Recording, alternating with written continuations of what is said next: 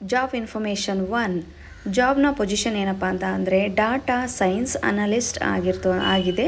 ಹಾಗೆ ಈ ಕಂಪನಿ ಹೆಸರು ಏನಪ್ಪ ಅಂತ ಅಂದರೆ ಇನ್ಫೋಗೈನ್ ಕಂಪನಿ ಆಗಿದೆ. ಈ ಕಂಪನಿಯಲ್ಲಿ ವೇಕೆನ್ಸಿ ಇರುವಂತಹದ್ದು. ಹಾಗೆಯೇ ಜಾಬ್ನ ಲೊಕೇಶನ್ ಯಾವುದಪ್ಪ ಅಂತಂದರೆ ಅದು ಬೆಂಗಳೂರಿನಲ್ಲಿ.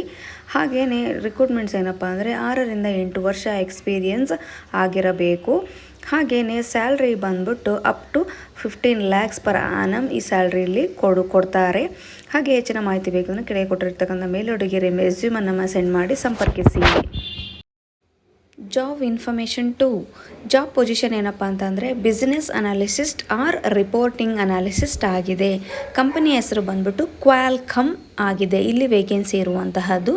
ಹಾಗೆಯೇ ಈ ಜಾಬ್ನ ಲೊಕೇಶನ್ ಬಂದ್ಬಿಟ್ಟು ಬೆಂಗಳೂರು ಆಗಿದೆ. ಹಾಗೆಯೇ ಇಲ್ಲಿ ರಿಕ್ರೂಟ್ಮೆಂಟ್ಸ್ ಏನಪ್ಪ ಅಂತ ಅಂದರೆ 5ರಿಂದ 6 ವರ್ಷ ಎಕ್ಸ್ಪೀರಿಯನ್ಸ್ ಇರಬೇಕು. ಹಾಗೆಯೇ ಇಲ್ಲಿ ಸ್ಯಾಲ್ರಿ ಬಂದ್ಬಿಟ್ಟು up to 15 lakhs per annum ಸಿಗುತ್ತದೆ. ಹಾಗೆ ಹೆಚ್ಚಿನ ಮಾಹಿತಿ ಬೇಕಂದರೆ ಕೆಳಗೆ ಕೊಟ್ಟಿರ್ತಕ್ಕಂಥ ಮೇಲ್ ಐಡಿಗೆ ನಿಮ್ಮ ರೆಸ್ಯೂಮನ್ನು ಸೆಂಡ್ ಮಾಡಿ ಸಂಪರ್ಕವನ್ನು ಮಾಡಿ. Job information 3. ಜಾಬ್ ಪೊಸಿಷನ್ ಏನಪ್ಪ ಅಂತಂದರೆ ಟ್ಯಾಬ್ಲ್ಯೂ ಡೆವಲಪರ್ ಆಗಿದೆ.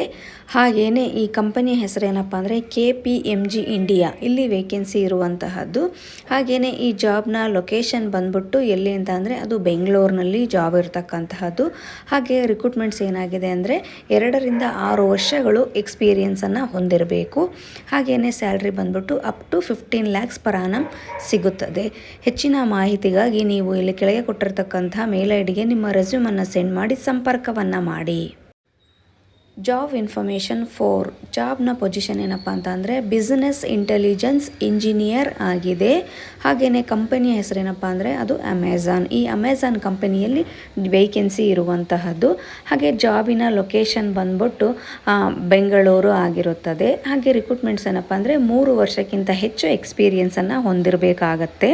ಹಾಗೆಯೇ ಇಲ್ಲಿ ಸ್ಯಾಲ್ರಿ ಬಂದ್ಬಿಟ್ಟು ಅಪ್ ಟು 12 lakhs ಪರ್ ಆನಮ್ವರೆಗೂ ಕೊಡ್ತಾರೆ. ಹೆಚ್ಚಿನ ಮಾಹಿತಿ ಆಸಕ್ತರು ಕೆಳಗೆ ಕೊಟ್ಟಿರ್ತಕ್ಕಂಥ ಮೇಲ್ ಐಡಿಗೆ ನಿಮ್ಮ ರೆಸ್ಯೂಮನ್ನು ಸೆಂಡ್ ಮಾಡಿ ಸಂಪರ್ಕವನ್ನು ಮಾಡಬಹುದು.